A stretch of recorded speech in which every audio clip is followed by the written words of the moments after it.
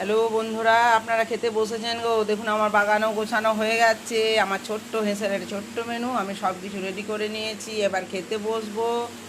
তো আজকের মেনু হলো আমার, এটা প্রথমে থেকে দেখাই। এটা হচ্ছে কি, এটা হচ্ছে গাঁদাল পাতার বড়া।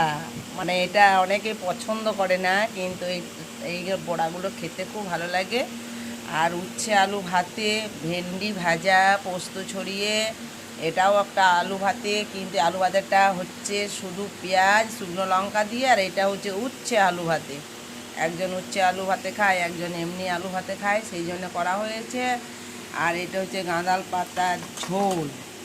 এই দেখ,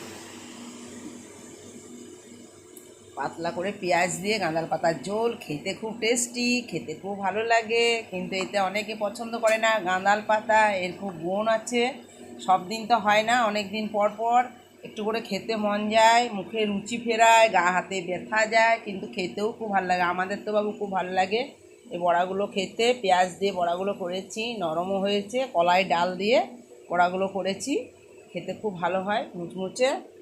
আর হচ্ছে আমার এখানে আছে একটু চাটনি, তেঁতুল দিয়ে আমের জেলি, এটা তো করে রেখে দিয়েছি, ভিডিওতে দেখতেই পাচ্ছ তোমরা।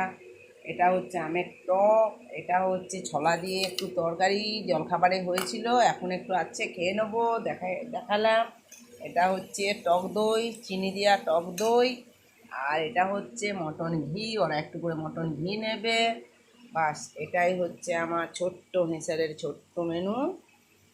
তো যদি আপনাদের ভালো লাগে অবশ্যই লাইক কমেন্ট করবেন। আমরা এবার খেতে বসবো, এখানেই রাখছি। খুব খিদে পেয়ে গেছে, সব বসে আছে রেডি হয়ে। ভিডিওটা বন্ধ করলেই কিন্তু ঝপ করে চলে আসবে ওরা। ঠিক আছে, এখানেই রাখছি তাহলে।